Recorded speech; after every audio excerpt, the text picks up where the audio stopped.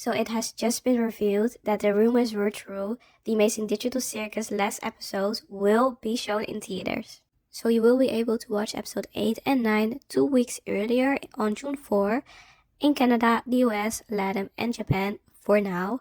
I'm assuming that if there's enough demand in other countries, that they have more locations. I've seen a lot of people emailing their local theaters, which is hilarious but also smart.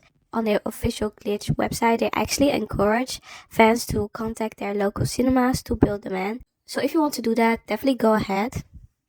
Okay, hold up, update. It actually works. Glitch announced that due to the overwhelming demand and the fast ticket sales, they added Mexico to the list of countries and are also increasing screening times and dates in the US theaters. The final episode will be available on June 19 on YouTube for free. So if you can watch it early in your country, it's probably best to avoid anything related to the Amazing Digital Circus online to avoid spoilers. I really hope that people who do get to see it early won't spoil too much and, just shut up for a few days. This is also the main concern that people have about Glitch Move, that they are breaking their YouTube first promise. But at the same time, I do think that this is a huge step for indie animation.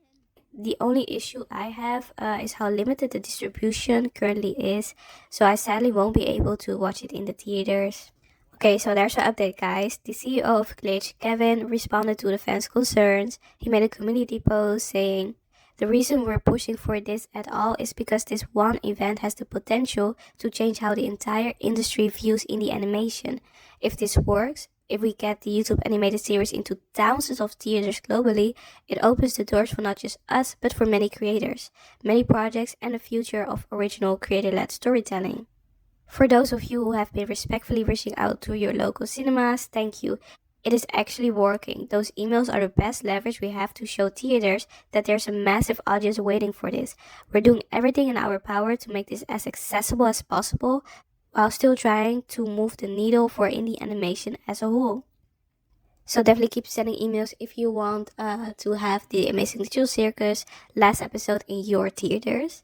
And yeah, I do understand that this could open so many doors for indie animation and that they probably won't have to rely on these big money-hungry corporations like, I'm not gonna drop names, but okay. Even if I won't be able to see the Amazing Digital Circus in my theater, I'm still really excited for the final episode. I watched like half of the trailer and it looks so good. Oh my god, oh my god, oh my god. I didn't watch the whole trailer yet because I just want to be surprised, honestly. And in just one day, it already hit 40 million views, and that's insane. Is this even still considered indie animation anymore?